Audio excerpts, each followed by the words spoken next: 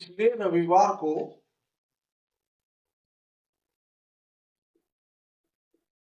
मैंने आगरा जाने का निश्चय किया।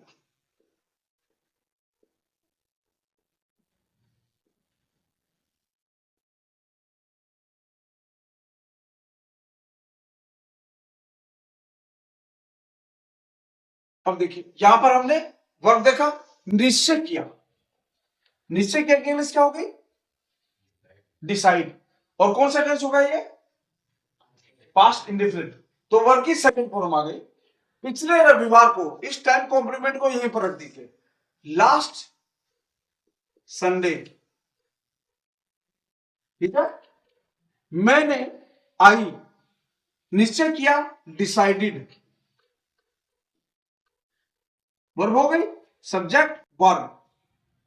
जाने का, आई डिसाइडेड, फिर क्या डिसाइड किया? जाने का, टू गो। नाने नहीं लगा है क्रिया में, इन्फिनिटिव या gerund. I decided to go, कहां? टू आगरा। गो क्रिया के बाद कहीं पर जाएंगे तो टू, सड़क पर एक रिक्शा दिखाई दिया।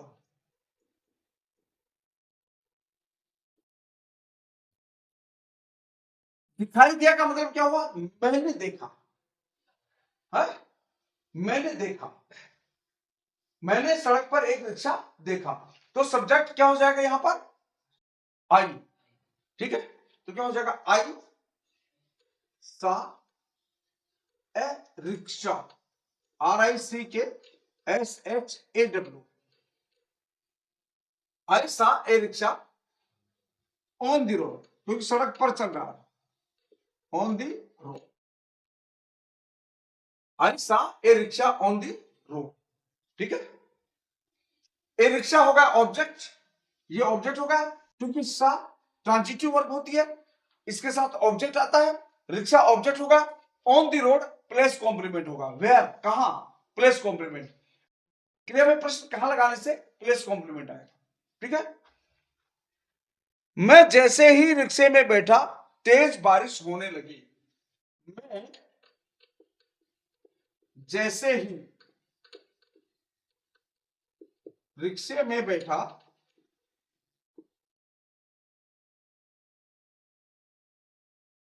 तेज बारिश होने लगी।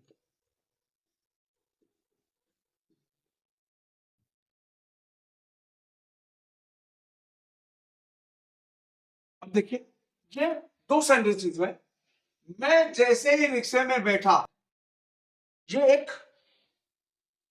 क्लास हो गया। और ये क्लास जैसे ही आया है ना, ये क्लास टाइम को बता रहा है, ठीक है। It is a class of time, showing time. This class is showing time. किसका?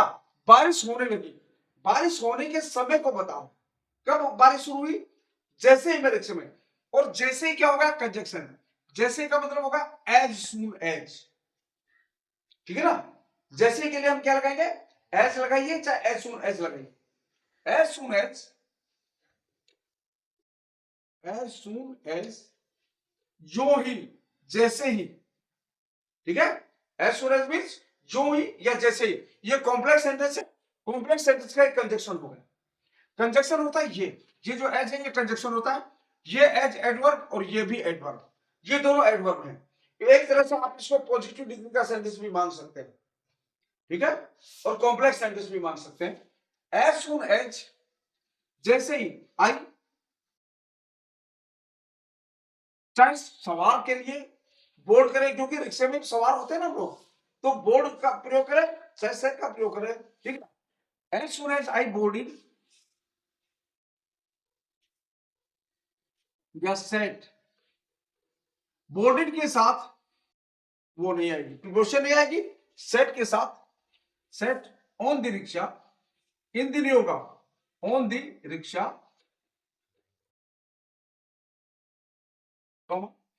तेज बरसात होने लगी। जब हम मौसम के बारे में बताते हैं, जब हम मौसम के बारे में बताते हैं तो वहां पर सब्जेक्ट क्या लगता है? इट, ठीक है, मौसम, समय, इनके बारे में जब हम बात करेंगे तो सब्जेक्ट लगता है इट। तो यहाँ पर क्या हो जाएगा, इट, और होने लगी, क्रिया में लगा है नाने नहीं, और उसके बाद लगा लगे लगी आया है, तो began to, it began to rain. और तेज, तेज वर्षा तेज होगी तो उसके लिए क्या लगाएंगे, हैवीली, फास्ट नहीं लगाएंगे, हैवीली लगाएंगे। It began to rain heavily as soon as I boarded या I set on the rickshaw. यदि बोर्ड का प्रयोग करोगे तो प्रीपोजिशन का प्रयोग नहीं होगा, ये प्रीपोजिशन इसी के साथ आएगी, इसके साथ आएगी, इसके साथ नहीं आएगी प्रीपोजिशन, बोर्ड के साथ प्रीपोजिशन नहीं आएगी। ओके, मैंने रिक्शे वाले से कहा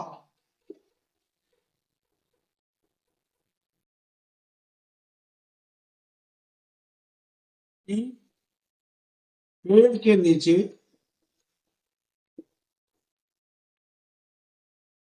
कुछ देर ठहर ले, ठहर ले। जब सब्जेक्ट लगाओगे इंपेरेटिव सेंटेंस में तो शुड का प्रयोग हो जाएगा। ठीक, मैंने रिक्शे वाले से कहा, ये रिपोर्टिंग और बन गया। ठीक है, और क्योंकि इनडायरेक्ट स्पीच है तो टोल्ड का प्रयोग करेगा, सेट का प्रयोग नहीं करेंगे, टोल्ड का प्रयोग करेंगे। क्या होगा, आई टोल्ड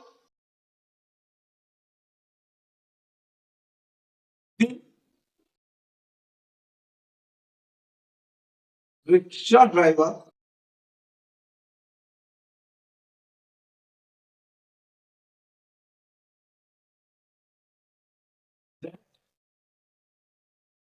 या इसको आप इंपेरेटिव भी बना सकते हो, मैं बना के बताऊंगा। That they should stay under a tree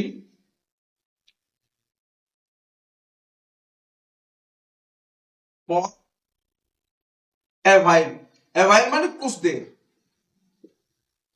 या imperative, I suggested the rickshaw, rickshaw driver का रिक्शा पुलर कर लो, क्योंकि वो हाथ से खींचने वाला था ना, तो पुलर कर लीजिए इसको, रिक्शा पुलर। आई सजेस्टेड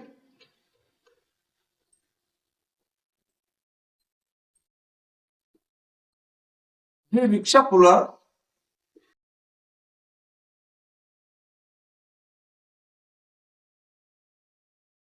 अब देखिए, जब हम इंपेरेटिव सेंटेंस बनाते हैं तो कॉमा करके लगाते हैं टू, तो यहां पर क्या लगा देंगे, टू, और इसको हटा दीजिए, ये पूरा हटा दीजिए, to stay under a tree for a while.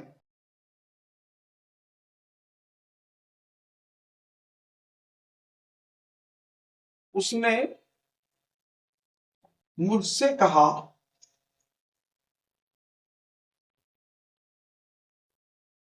बाबूजी यदि मुझे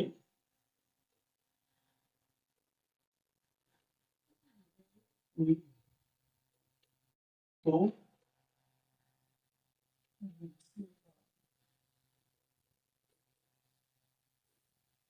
फालतू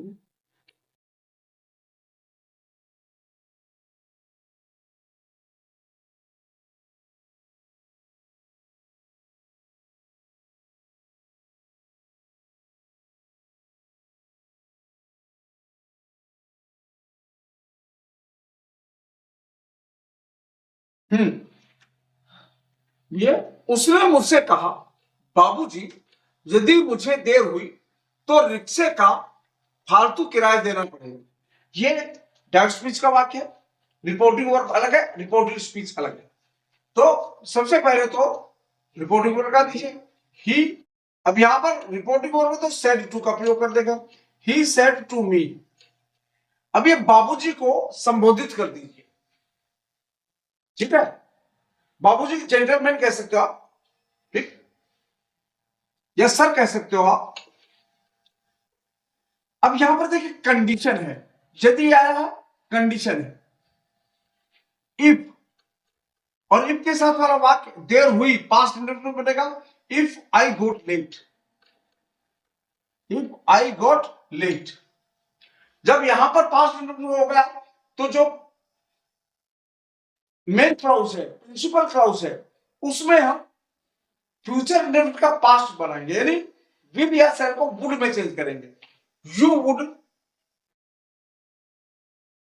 बाध्यता है, you would have to, you would have पड़ेगा के लिए, पड़ेगा, you would have to pay extra fare of the rickshaw.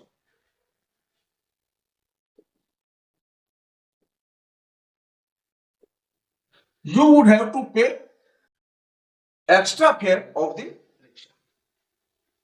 ठीक है, हो जाएगा ये। हमारी पृथ्वी कितनी सुंदर है। अब इसको ट्रांसलेट करने के लिए हमें सबसे पहले देखना पड़ेगा कि ये सेंटेंस कैसा है। 5 तरह के सेंटेंस होते हैं ना, कौन कौन से? असर्टिव, इंट्रोगेटिव, इंपेरेटिव, एक्सक्लेमेटिव और ऑब्जेक्टिव। अब ये हमको ये देखना कि ये सेंटेंस कैसा है। ठीक, कैसा सेंटेंस होगा? कुछ आ रहा है समझ में? इंपेरेटिव सेंटेंस में वर्ब में ओ या ए का उच्चारण होता है, उसमें ये है था ये गा नहीं लगा होगा। उसमें इंपेरेटिव सेंटेंस में है था या गा नहीं लगा होगा।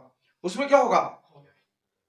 पढ़ो, खाओ, सो, आओ, गाओ, इस तरह के सब लगे होंगे। आइए, गाइए, बैठिए, ये सब लगा होगा। अब देखिए इसको हम पहचाने, कैसे पहचानेंगे? देखिए जब ये शब्द आए कितना, कितनी, कितने, और उसके बाद एडजेक्टिव लगा हो,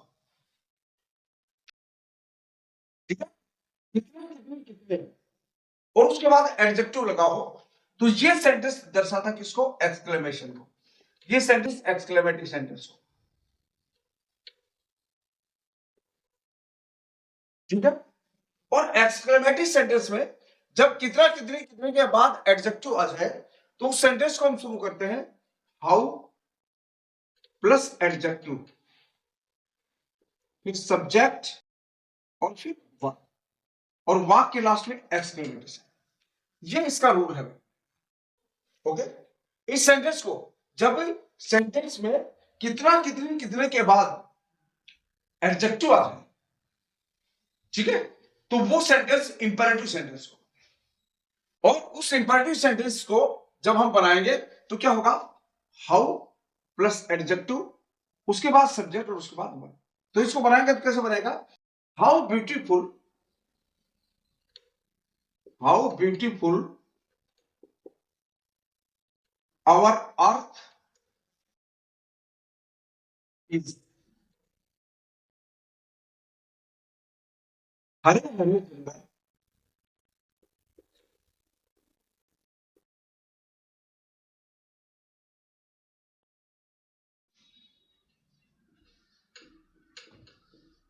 बर्फ से ढके पर्वत और नीले सागरों की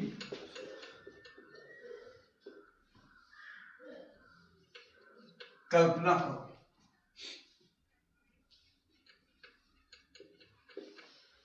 अब इसको भी हमको वैसे देखना है। कौन सा टेंस होगा ये? इंपेरेटिव। यहां पर कल्पना करो, यहां का ना इंपेरेटिव। और जब सेंटेंस इंपेरेटिव होता है तो उसको शुरू किससे करते हैं?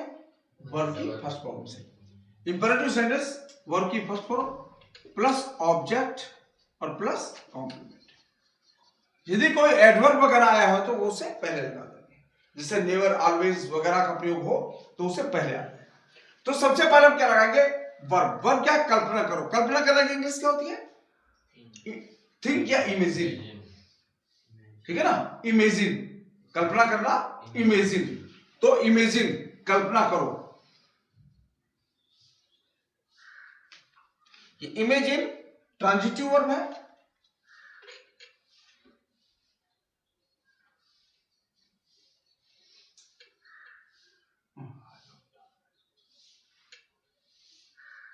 इमेजिन। अब इन तीनों चीजों की कल्पना करनी है तो उनको क्रम से रख दीजिए, क्योंकि कॉमा और कंजक्शन से जुड़े हुए हैं। जब कॉमा और कंजक्शन से जुड़े हुए हैं तो उसी फ्लो में हम आगे से रखते रहेंगे। Imagine the green forest, the green forest. फिर बर्फ से ढके पर्वत, बर्फ से ढके पर्वत, the snow covered mountains. Adjective बना लीजिए उसको, the snow covered, the snow covered mountains. And और किस चीज की कल्पना करनी है हमको, नीले सागर। सागर की इंग्लिश क्या होती है, ओशंस, है, blue oceans and blue oceans. ठीक, imagine the green forest, comma, snow covered mountains and blue oceans. Okay, रंग बिरंगे फूलों की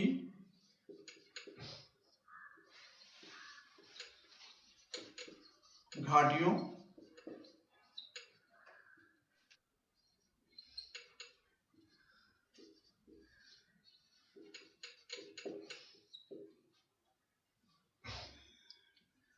नदियों एवं झीलों को देखकर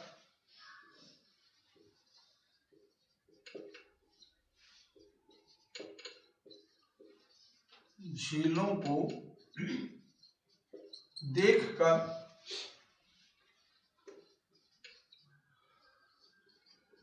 मन प्रसन्नता से भर जाता है। प्रसन्नता और आश्चर्य से भर जाता है।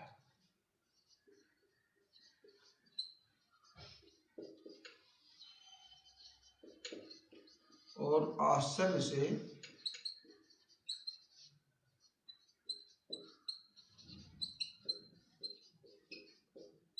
भर जाता है। अब भर जाता है तो कौन सा टेंस होगा, जाता है, ता है लगा ना, प्रेजेंट इंडेफिनिट होगा, मन भर जाता है, ठीक है ना। अब देखिए यहां से मन प्रसन्नता और आश्चर्य से भर जाता है। हम चाहे तो इतना ही ये सेंटेंस बन गया हमारा, ठीक है। मन सब्जेक्ट होगा, भर जाता वर्ब होगा और ये कॉम्प्लीमेंट होगा, प्रीपोजिशन, ऑब्जेक्ट टू प्रीपोजिशन होगा, प्रीपोजिशन लगेगी, क्योंकि जब फिल आप क्रिया लगाएंगे और एडजेक्टिव लगाएंगे तो उसके साथ विद प्रीपोजिशन लग जाएगी, पैसिव वॉइस बन गए। अब ये देखिए उससे पहले क्या है, इन सभी चीजों को देखकर, और मैंने आपको बता रखा है कि जब सेंटेंस में कोई वर्ब आए और उस वर्ब के साथ कर लगा, ठीक है, तो वो वर्ब प्रेजेंट पार्टिसिपल से एडवर्ब के रूप में नॉन फाइनल क्रिया बन जाती है, तो उसको हम शुरू में ले लेते हैं, ठीक है। तो देखकर इसको प्रेजेंट पार्टिसिपल बना लीजिए, सीइंग, ये प्रेजेंट पार्टिसिपल बन गया, सीइंग, देखकर। जब क्रिया में कर लग जाएगा तो हम इसी का प्रयोग करेंगे, सीइंग, किसको देखकर, रंग बिरंगे फूलों की घाटियां। अब क्या के से जुड़े हैं दोनों, तो घाटियों को पहले ले लीजिए, सीइंग द वैलीज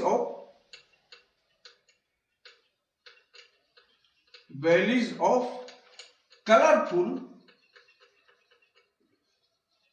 रंग बिरंगे colourful flowers, seeing the valleys of colourful flowers, comma, पशु पक्षियों, birds and animals, birds and animals,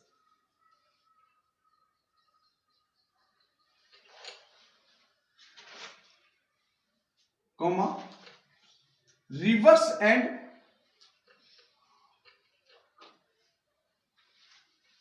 lakes, comma। अब ये नॉन फाइंड सेंटेंस पार्ट हो गया, क्योंकि इसमें इसकी जो वर्ब है उसको हमने नॉन फाइंड बनाया प्रेजेंट पार्टिसिपल से, तो नॉन फाइंड वर्ब का पार्ट हो गया। तो क्या हो जाएगा, सीन देखकर।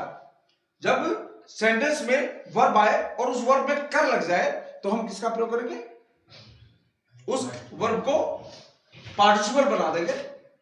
देखिए पार्टिसिपल जीरन दोनों एक जैसे होते हैं, ठीक है ना, पर जब नाउन के स्थान पर आएगा तो वो जीरन ही होगा, उसके साथ ना नहीं लगेगा, ठीक है।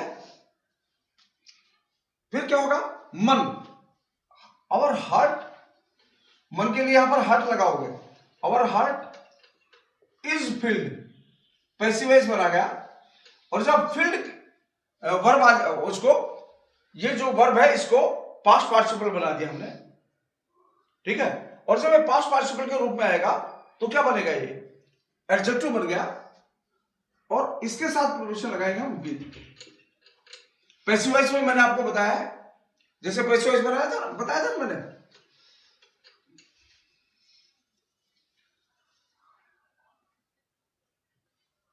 वाटर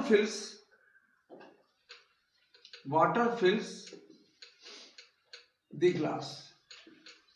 इसको यदि पैसिव वॉइस बनाओगे आप, वाटर फिल्स द ग्लास, जब इसको पैसिव वॉइस बनाओगे तो क्या होगा, the glass is filled with water. By नहीं लगाएंगे, विद लगाएंगे, with water. The glass is filled with water, ठीक है।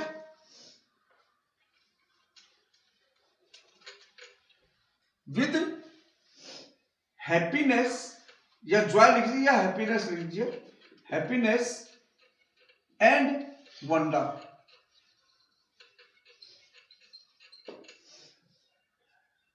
ठीक है। जॉय एंड वंडर भी कर सकते हो, हैप्पीनेस एंड वंडर कर सकते हो, जॉय एंड वंडर कर सकते हो। वंडर मीन्स आश्चर्य,